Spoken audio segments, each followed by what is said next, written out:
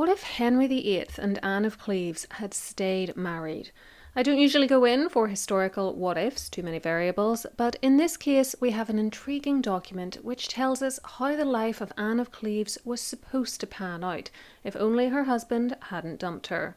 This is History Calling, where I bring you new videos every week on all aspects of the past, and in today's documentary we're going to look at the marriage settlement of Henry VIII and his German queen.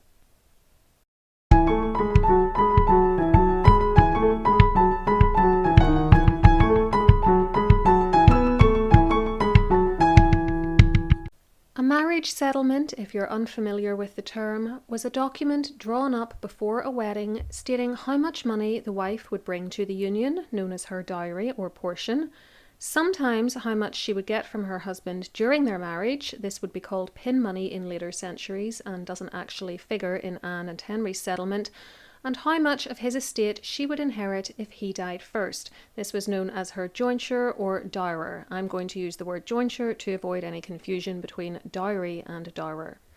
There were also often provisions made for any future children.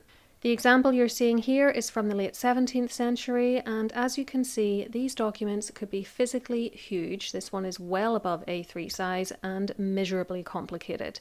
They were commonly employed for the marriages of European royalty and aristocrats for many centuries and were essentially the forerunners of today's prenuptial agreements, though they anticipated that the marriage would end with the death of one party and not with a divorce. Anne and Henry's settlement was negotiated during the later part of 1539 in preparation for their marriage, which ultimately occurred on the 6th of January 1540. This union was highly unusual as it ended in an annulment just 6 months later, at which point Anne was granted a generous financial settlement, banned from leaving England, and given the honorary title of the king's sister. The marriage settlement therefore wound up not being worth the paper it was written on. Nevertheless, it remains a fascinating document, as it tells us how Anne and her family expected her to be treated as Queen of England. The document was negotiated for Henry by his councillors, who are named in the surviving copy we have of it. They were Thomas Cranmer, Archbishop of Canterbury; Thomas, Lord Audley of Walden, who was the Chancellor; the King's one-time brother-in-law, Charles, Duke of Suffolk; Thomas Cromwell, who was then the Keeper of the Privy Seal; William, Earl of Southampton, who was the Lord Admiral; and Cuthbert, Bishop of Durham. The first section deals with the arrangements for getting Anne to England. Her father had died in February 1539, and so it was her brother, William, Duke of Cleves, who was the head of the family and who officially arranged the marriage on her behalf, though the settlement makes clear that he had taken into account the advice of his mother, Maria, and his brother-in-law, the Duke of Saxony. William was to dispatch Anne to her new husband at his own expense within 2 months of the date of the settlement, which was signed by Henry's commissioners in London on the 4th of October 1539. The plan was that the king and his fiancée would meet in Calais, then Henry would bring her into England and publicly marry her there. If it was not possible to get her to Calais, Duke William would send her to some other seaport and have her transported to England that way, again at his own expense. He also promised to keep Henry informed of details of Anne's journey, so that the king could then make his own arrangements for meeting her. In the end, the timetable laid out in the settlement was kept to, as Anne did indeed leave her home within the stipulated 2 months, but she did not meet Henry in Calais. Instead, having set out on the 26th of November and reached the port on the 11th of December, he didn't join her there, though he did send representatives. Having waited for a bout of bad weather to pass, she set sail for England on the 27th, and after landing at Deal, she progressed to Dover, then Rochester. It was there that Henry set eyes on her for the first time, on New Year's Day 1540, at which point he took an instant dislike to her. See my video on whether she was his luckiest wife to hear more about what happened next and their ill-fated marriage. For now, though, let's discuss the most important part of any marriage settlement, the money. Before I tell you about that, just a quick reminder to please give the video a thumbs up and subscribe to the channel with notifications switched on so you never miss an upload. I sometimes have people tell me that they think they have all notifications switched on, then realise they don't when they don't get an alert about a video. So it might not hurt to just double check your notification status both for my channel and for any others you follow too.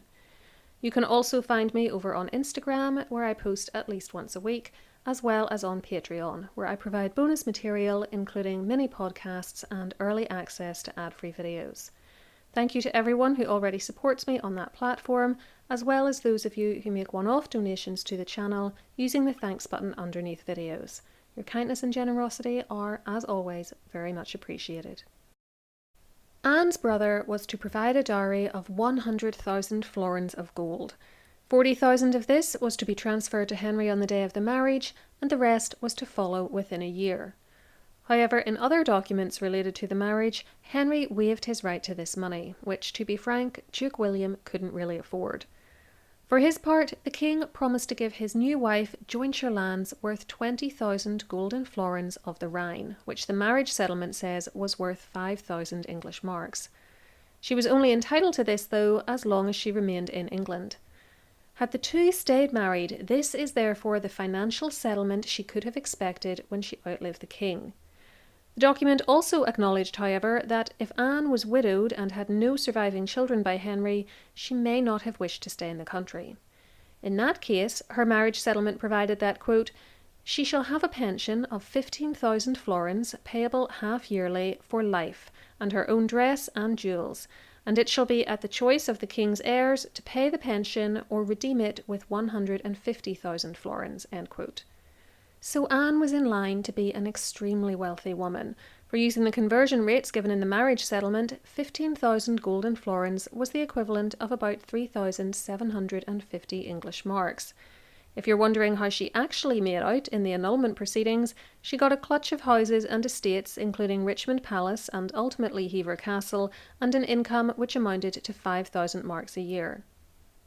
So in the end, Henry ensured that she was pretty much as well off as his adopted sister as she would have been as his widow. The clause in that agreement, however, which banned her from leaving England, was a significant departure from the freedom to go where she wished, which would have been allowed to her as the Dowager Queen, and in later life Anne railed against it, requesting of her former stepchildren that she be allowed to go back to Cleves, requests which were always denied. As for why Henry didn't want her to leave, which I get asked about quite often, my best guess is that he didn't want her trashing him, and particularly his performance in the bedroom, all across Europe. Anne would ultimately die in England in 1557 and be buried in Westminster Abbey, in the tomb you see here. In 1539, though, all that was still in the future, so let's get back to the marriage settlement. The next section of the document deals with Anne's position as a possible heir to her brother. She was one of 4 children, with her sister Sybil, the eldest, then Anne, then William, then their little sister Amalia. By 1539, Sybil had already been married to the aforementioned Duke of Saxony for 12 years, and they had produced 4 surviving sons. Anne's chances of inheriting anything from Duke William were therefore very low. Nevertheless, the marriage settlement with Henry laid out her claims in the unlikely event that William and Sybil both died without any legitimate surviving children between them. In that case, Anne would inherit her brother's duchy, and Henry VIII would pay 160,000 florins to her sister Amalia, or Amalia's heirs. In the slightly more likely, though still improbable scenario in which Duke William died and Sybil, and by extension her husband, inherited his duchy, then Anne's brother-in-law, the Duke of Saxony, would pay 160,000 florins to her and her younger sister Amalia, or their heirs, within 2 years. It's not completely clear if this sum was to be split between them, so 80,000 florins each, but I think that was the idea. In that scenario, Anne would also get a castle in Cleves with 2,000 florins a year, another one in Ulick with another 2,000 florins, and a third in Berg with 1,000 florins per year. If she or Amalia died, the remaining sister would get the other sister's share. In the event, none of this happened, and not just because Henry didn't remain married to Anne. Her brother William married Maria of Austria in 1546, and their son John ultimately inherited his father's lands. So let's summarise all of this. If Anne and Henry had stayed married, there were a few possibilities. One is that Anne died before Henry. The second is that she outlived him and stayed in England, in which case she'd get her jointure lands worth 20,000 golden florins. The third is that she outlived him, had no surviving children, and wished to leave England. In that case, she got all her clothes and jewels, plus either an annual pension of 15,000 florins or a lump sum of 150,000 florins. This last detail was at the discretion of the king's heirs. No matter what way you cut it, she was going to be very well cared for. Just for fun, I'm going to finish by telling you what I think would actually have happened if the two had stayed together. Given Henry's well-known bedroom issues with Anne, he didn't consummate the union, and the fact that he didn't get his remaining two wives pregnant, despite the youth and presumed health of the teenage Katherine Howard and the evident fertility of Catherine Parr, who went on to conceive with her next husband, I don't think Anne of Cleves would ever have produced a child for him. With this in mind, I don't think their union continuing would have made that much difference to English history. I think Henry would still have died in 1547, and Anne would have had her massive jointure lands or pension to live off. Given the settlement she was granted as part of their annulment, this wouldn't have made much difference to the English exchequer from a financial point of view. I think the throne still would have gone to Henry's children, Edward VI, Mary I, and Elizabeth I, and I very much doubt that the foreign-born Anne would have been named as regent for the 9-year-old Edward, as even the English Catherine Parr wasn't. Other than foreign policy changes, which I'm not comfortable trying to predict as I think they're too complex, there are only 3 ways in which I think the Cleves marriage continuing would have changed accepted history. One is that I think Anne probably would have gone home to Cleves after Henry's death. The second is that Katherine Howard and those who were accused of treason alongside her wouldn't have been executed, because in this scenario she would never have married the king. The third is that I think Catherine Parr would have wed her final husband, Thomas Seymour, much sooner, again because she would never have been married to Henry. These changes would have been very important to the people just mentioned, but I'm not convinced that they would have had a wider impact on history. Of course, I could be wrong. Perhaps Anne would have managed to conceive with time. Maybe she would have had a surviving son, and in that case, after the premature death of Edward VI in 1553, her boy would have become king, and we may never have had the reigns of Mary and Elizabeth. We'll simply never know. I encourage you to have some fun in the comments, though. What do you think would have happened if she and Henry had stayed married? Let me know down below, and if you'd like to know more about Anne and the Tudors, try one of these options next. I'll be back next week with a new video, and until then, keep learning.